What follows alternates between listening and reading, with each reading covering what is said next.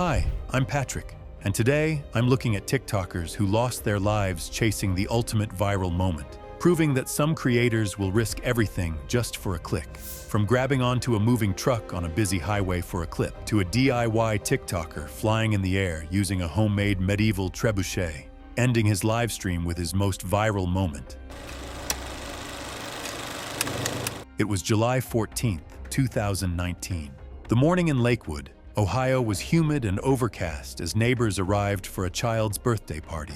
Balloons tied to the Halberd mailbox drifted in the still air. Before noon, paramedics would be pushing through the same crowd with oxygen tanks and airway kits. Rowan Halberd, 44, worked logistics for a grocery distribution company outside Cleveland. His wife, Elise, 42, worked part-time at a pediatric dental office. Together, they ran a small TikTok page with around 4,000 followers, posting simple family moments like trips, home projects, and birthday celebrations with their 15-year-old twins, Ivy and Nolan. Just normal family clips, nothing that would hint at what was coming. For weeks, Rowan had been planning a cinematic reveal for a TikTok video, a surprise setup where the twins would walk into the pool room and be handed their new phones inside a wall of thick fog. He'd seen similar reveal-style clips online and wanted something more dramatic for their reaction. 3 days before the party, Rowan purchased 40 pounds of dry ice from a restaurant supplier in Parma. The receipt was later recovered during the investigation. The Halberd home included an enclosed indoor pool addition behind the house measuring roughly 14 to 22 feet, with only one small window and a separate HVAC intake system. Rowan believed the enclosed room would keep the fog effect thicker for longer. That morning, Rowan entered the pool room carrying insulated containers filled with dry ice. He shut both connecting doors, latched the window, and disabled the HVAC intake so the fog would not disperse. Elise remained upstairs arranging food while guests slowly gathered outside. As Rowan dropped chunks of dry ice into the heated pool water, thick white vapor immediately rolled across the tile floor and spread throughout the room. He texted Elise saying it looked perfect and asked for a little more time before bringing the kids downstairs. Over the next few minutes, the dry ice turned into carbon dioxide gas. Since CO2 is heavier than normal air, it sank toward the floor and built up inside the sealed room instead of dispersing. Investigators later estimated that near where the children were breathing, the gas had reached levels high enough to cause unconsciousness within a very short time. Eventually, Elise sent Ivy and Nolan downstairs wearing swimsuits while she stayed in the kitchen preparing food trays. The twins pushed through the hallway door. The white vapor stayed low and spread through the room, clinging around knee height and making the floor disappear into a thick haze. Nolan crouched to touch the vapor. Ivy laughed and ran toward Rowan near the center of the pool deck. She suddenly collapsed face first onto the tile before reaching him. Nolan lost consciousness seconds later. Neither child screamed. Rowan initially believed Ivy had slipped. He rushed toward both children and dropped to his knees to lift Nolan, lowering himself directly into the densest concentration of carbon dioxide. Within seconds, Rowan lost consciousness and fell sideways into the shallow end of the pool. A short time later, Elise heard a loud splash downstairs. Imagine hearing that and not knowing what you're about to walk into. She opened the hallway door and immediately became dizzy. Visibility inside the room was almost gone beneath the dense fog. She saw movement near the water before backing away and calling 911 from the kitchen. Emergency crews arrived and initially pulled back after entering the doorway, quickly realizing it was a possible gas exposure scene. Once they identified the risk, responders returned with breathing equipment and entered more cautiously. Rowan was found face down in 4 feet of water. Ivy was partially submerged near the pool steps. Nolan lay unconscious on the tile several feet from the doorway. The coroner later confirmed fatal carbon dioxide exposure in both Rowan and Ivy. Water recovered from Rowan's lungs showed he was still breathing after falling into the pool. Nolan survived after paramedics restored breathing at the scene, but prolonged oxygen deprivation left him with permanent speech and cognitive impairment. Within weeks, the county coroner issued a public warning about using dry ice indoors without ventilation. Police deleted the family TikTok account shortly afterward. I didn't like how that ended, but that's just how it happened. This next one is different. No speed or movement, just something that slowly stopped working right. It was May 6, 2021, in a suburban neighborhood outside Phoenix, Arizona, and the afternoon heat had already turned the backyard concrete into a wavering shimmer by the time emergency crews were dispatched. Lena Hart was 26 and worked part-time in retail while building a small TikTok following of just over 5,000. Her content focused on home aesthetics, DIY upgrades, room transformations, and short lifestyle clips filmed around the house she had recently moved into with her partner, Marco, 28, a freelance electrician who often helped with small renovation projects. The property was still a work in progress. Boxes, tools, and half-finished installations were scattered between clean, staged corners meant for filming. Like a lot of creator homes, it existed somewhere between real living space and production set. One of the first things they added was a metal pole in the backyard patio. It was supposed to hold up a shade canopy Marco was still putting together. The pole was set into a shallow concrete base and left exposed for the meantime, while he finished the rest of it. Lena noticed the pole almost immediately as something she could film with. Over the previous few weeks, she had been watching beginner pole fitness and pole spin clips trending on TikTok. Short videos where creators performed beginner spins and transitions in heels using home-installed poles. That afternoon, she set up her phone on a tripod facing the patio, while Marco worked inside on electrical wiring. The pole had not yet been reinforced with its final supports or fully cured at the base, but standing still against it or lightly pulling on it didn't seem to cause any visible movement. She began filming short practice takes, testing simple spins and hand placements while adjusting the camera between attempts. The patio concrete had been heating in direct sunlight for hours, and the smooth surface offered less traction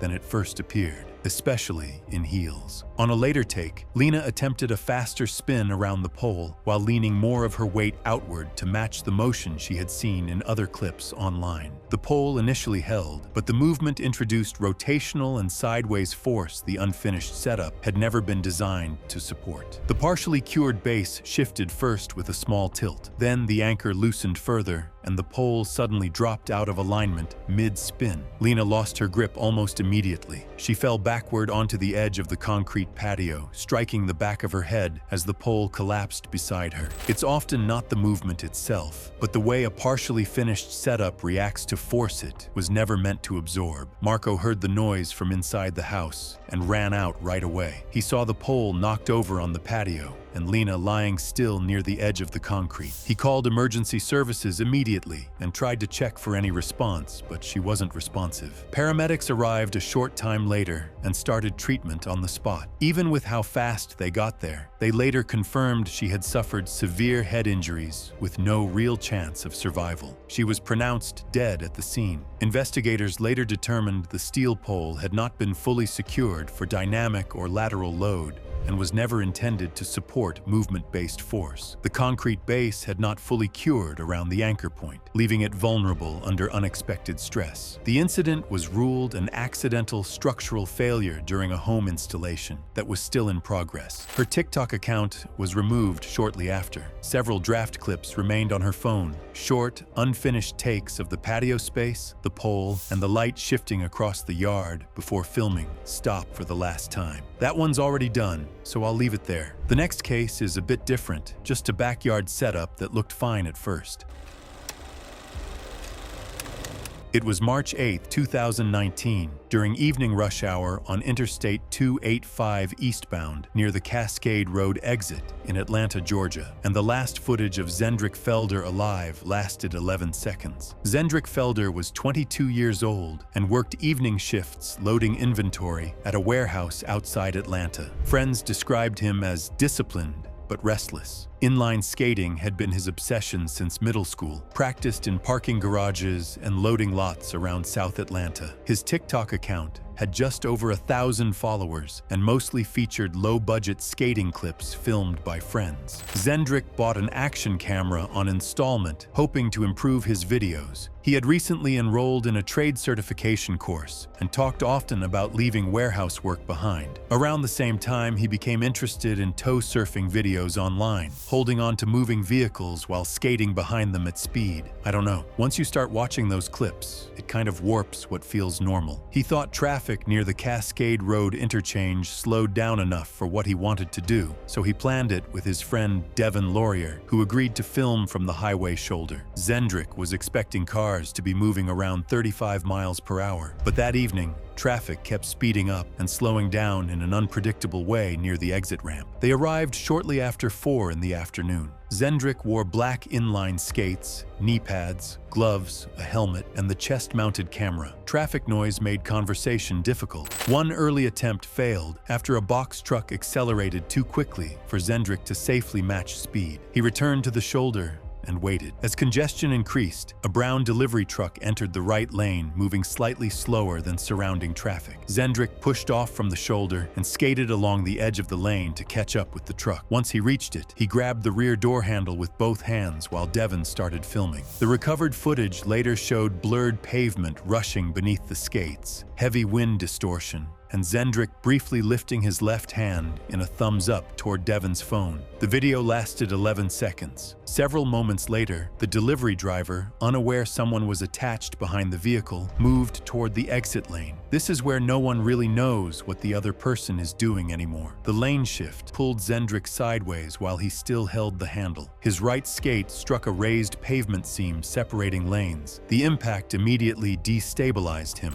Witnesses later described his legs twisting sharply sideways before he lost his grip and fell beneath the rear section of the truck. The right rear wheels rolled over his lower torso and pelvis. A sedan traveling behind the truck braked hard but could not stop in time, striking Zendrick after he entered the lane. Another vehicle in the adjacent lane swerved onto the shoulder to avoid the collision. Devin dropped his phone and ran into traffic, yelling for cars to stop. The camera kept recording, pointed down at the pavement, while horns blared and brakes screeched across the highway. The delivery driver kept going a short distance up the exit ramp before pulling over. He later told investigators he only felt a small bump and thought he had hit something on the road. Emergency crews arrived within minutes and found Zendrick lying across the right lane with catastrophic traumatic injuries. He showed no meaningful signs of consciousness at the scene. The medical examiner later concluded Zendrick died from multiple blunt force injuries caused by the fall and being struck by vehicles. The truck wheels crushed his pelvis and lower abdomen, leading to severe internal bleeding and spinal damage. He also suffered broken ribs, collapsed lungs, and major blood vessel injuries, along with fatal head trauma from additional impacts. Investigators determined the injuries would not have been survivable regardless of response time. Devin deleted his social media accounts within days and reportedly stopped skating afterward. For several months, flowers, candles, and damaged inline wheels continued appearing near the Cascade Road barrier before eventually disappearing altogether. The next story starts completely differently. No highway or traffic, just a homemade machine, a few cameras overhead, and a test already pushing past what it could safely handle. It was June 3rd, 2021, on a rural property off Highway 41 south of Clarksville, Tennessee, and multiple drones were already circling overhead when the final test began on a large homemade trebuchet. Bryson Holt was 24 and worked as a welder's apprentice at a fabrication shop outside Clarksville. Co-workers described him as skilled but overconfident with planning and safety. His TikTok, with a few thousand followers, featured DIY metal projects like welded go-karts, zip lines, and homemade launchers built from scrap steel and wood. Over several weeks, he built a full-size trebuchet based on medieval designs he found online, using heavy timber beams anchored into the ground and a concrete counterweight he poured himself, later estimated at several hundred pounds. The parts were held together with ratchet straps and steel brackets, and the release was a bent steel hook tied to a nylon cord his friend would pull. From what I found in similar builds, the weak point is almost always the release mechanism under load. Earlier unmanned tests with a heavy sandbag showed it could fire, though the motion was uneven and needed adjustments. Those tests gave Bryson confidence, even though it had never been tested with anything beyond a dummy load. In the afternoon, Bryson and two friends prepared what they considered a final demonstration, while multiple drones recorded overhead and from the side for social media footage. One friend managed the release cord, while the other controlled the drones. Bryson got into a leather sling attached to the arm of the trebuchet, wearing a bicycle helmet, chest protector, and knee pads. The arm was pulled back under full tension, with the heavy counterweight held up in place. Just before the release, he shifted forward slightly to adjust his position in the sling. The structure had already shown signs of stress during earlier sandbag tests, and the release hook itself was operating near its limit under repeated load. That final shift didn't cause the failure on its own, but it added pressure to an already unstable release point. Under tension, the bent steel hook deformed further and slipped free earlier than intended. Instead of releasing at the top of the arc, where the sling would normally carry outward toward open space, the trebuchet discharged mid-swing during the forward motion. The arm was still moving through its arc when it released, sending the sling through a lower-than-intended path that carried Bryson into the structure of the trebuchet itself. He struck the main upright timber support with full force before falling to the ground beside it. One of the drone angles captured the impact from the side, showing his upper body hitting the beam before he dropped to the ground. His friends initially thought the wooden support had cracked from the impact. That moment of misunderstanding says everything about how fast it unfolded. Bryson did not regain consciousness. When they reached him, he was unresponsive with visible trauma and bleeding from the head. One friend called emergency services while the other attempted basic first aid until responders arrived. Paramedics reached the property within minutes and requested a medical helicopter, which landed in a nearby open field. Bryson was transported to a regional trauma center in critical condition. Medical staff later confirmed catastrophic blunt force head trauma, including multiple skull fractures extending to the base of the skull and severe brain swelling. The injury caused rapid loss of neurological function, and testing showed no meaningful brain activity after arrival. He was declared brain dead later that evening, and life support was turned off the following morning after his family gave consent. Investigators later reviewed the drone footage and examined the structure, concluding that the release mechanism bent under load and triggered too early during the swing. No criminal charges were filed, and the incident was ruled an accidental death involving experimental equipment. In the days after, the trebuchet was taken apart and removed from the property. At his memorial, co-workers displayed his unfinished metal projects, including a welded frame, a half-finished rack, and a small steel gate stamped with his initials, laid out across a workbench near the entrance. Next one shifts to a different place, different situation. This time it wasn't the machine, it was how close everything happened.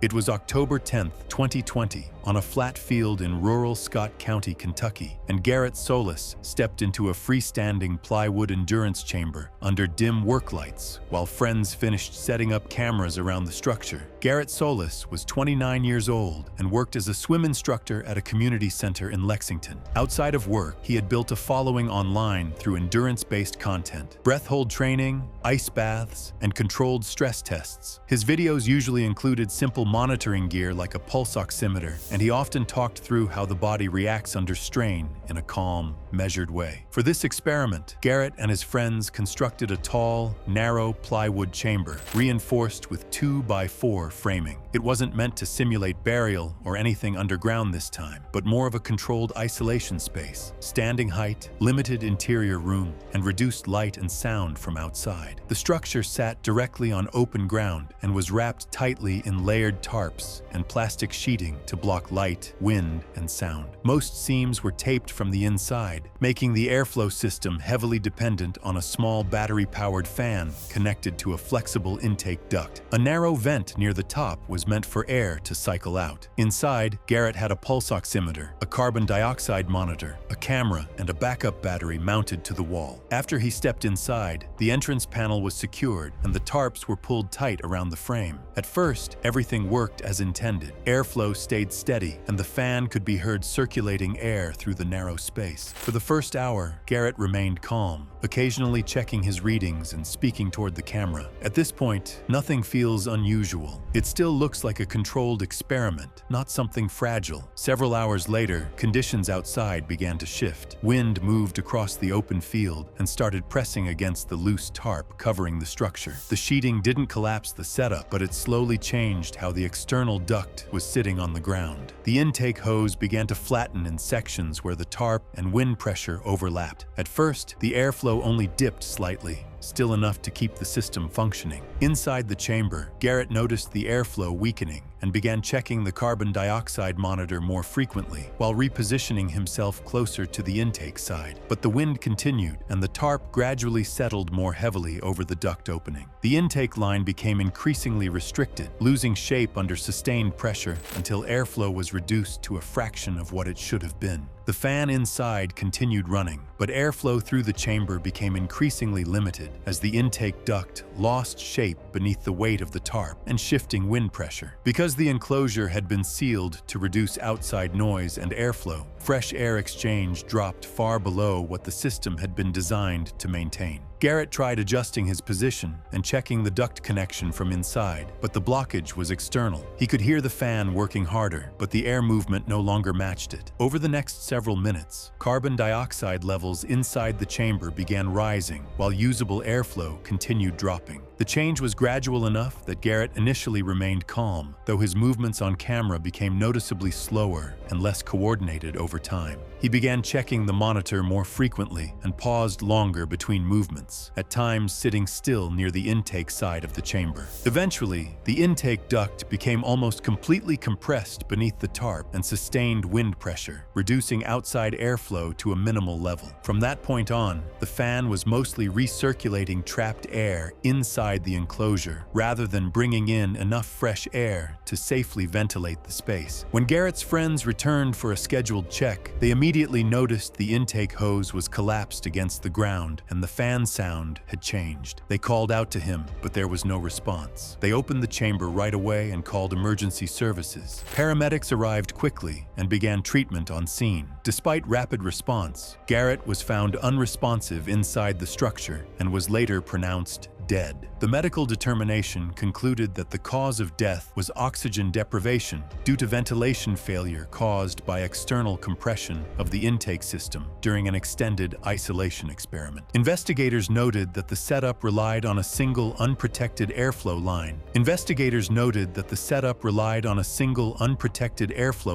That wasn't reinforced against shifting environmental pressure. The tarp system, intended only for light coverage, had unintentionally become part of the failure. The incident was ruled an accidental death involving improvised endurance equipment and a lack of redundant safety systems. In the days that followed, the structure was dismantled and removed from the field. Garrett's recorded footage showed a calm, controlled session from start to finish, with no clear moment where anything obviously went wrong. This last case is even simpler. No setup really failing, just things going wrong too fast to fix. It was August 19, 2018, at the African Savannah exhibit of the San Antonio Zoo, and the midday keeper talk had drawn most visitors away from the gorilla habitat, leaving the viewing area unusually quiet. Tomas Reyes was 31 and spent weekends running a food truck with his brother, while working prep shifts at a restaurant supply company during the week. He had around 4,000 followers on TikTok and posted zoo videos where he'd get close to enclosures, call animals over, and see how they reacted when he got near the barriers. None of the prior clips had resulted in injury, which reinforced his confidence in the routine and the setup he was using. The gorilla habitat he had previously observed was layered with multiple barriers, a low decorative fence, a setback walkway, and a wide water moat separating visitors from the enclosure itself. The resident silverback gorilla, Kondo, was 18 years old and weighed over 400 pounds. Zoo records described him as generally calm, but physically capable of rapid, explosive movement when stimulated or challenged. Tomas arrived with two friends who were recording on a phone. At that time of day, visitor traffic was low, and staff were stationed farther along the path for scheduled presentations. Kondo was resting inside the enclosure on a raised platform. Tomas told his friends the gorilla would not attempt to cross the moat and proposed a short stunt. Briefly approach the edge of the barrier, perform a chest-beating gesture for the camera, and immediately step back before any reaction occurred. He climbed over the low railing and walked to the edge of the moat while filming continued. He struck his chest twice and made a vocalizing gesture toward the enclosure. Kondo reacted almost immediately. The gorilla suddenly stood up and charged toward the edge of the enclosure. Tomas had climbed close enough to the inner barrier that there was only a narrow separation between them when Kondo reached it. I don't think people really process how fast that kind of movement actually is until it's described like this. Impact occurred at the inner edge of the enclosure barrier, where Kondo struck Tomas with full body force. The impact threw him backward onto the hard ground near the walkway, where his head hit the surface on impact. Kondo continued the attack in short bursts before zookeepers intervened, forcing him back toward the enclosure with deterrent systems. Staff activated deterrent systems within seconds, including high-pressure water spray and a non-lethal projectile device. Kondo disengaged and retreated back into the enclosure. Tomas was found conscious but critically injured, unable to speak or move his arms. Emergency responders arrived shortly after and began advanced trauma care on site before transporting him to a nearby trauma center in critical condition. He died during emergency surgery later that evening, and even with everything happening quickly after, the damage was already beyond repair. The medical exam found catastrophic blunt force injuries, including multiple skull fractures, severe facial damage, broken ribs with internal lung injury, and abdominal trauma. The impact caused rapid internal bleeding and irreversible brain damage, and doctors said survival was not likely given how severe the injuries were. Investigators confirmed Tomas had crossed into a restricted area without permission, with witness statements and visitor videos establishing what happened. His two friends were later cited for trespassing-related violations and resolved the case through fines and deferred agreements. Afterward, the zoo added stronger mesh barriers, increased the setback distance around the moat, and installed motion detection near the enclosure. The exhibit was temporarily closed for safety upgrades, and warning signs were updated to make clear that crossing barriers was strictly prohibited.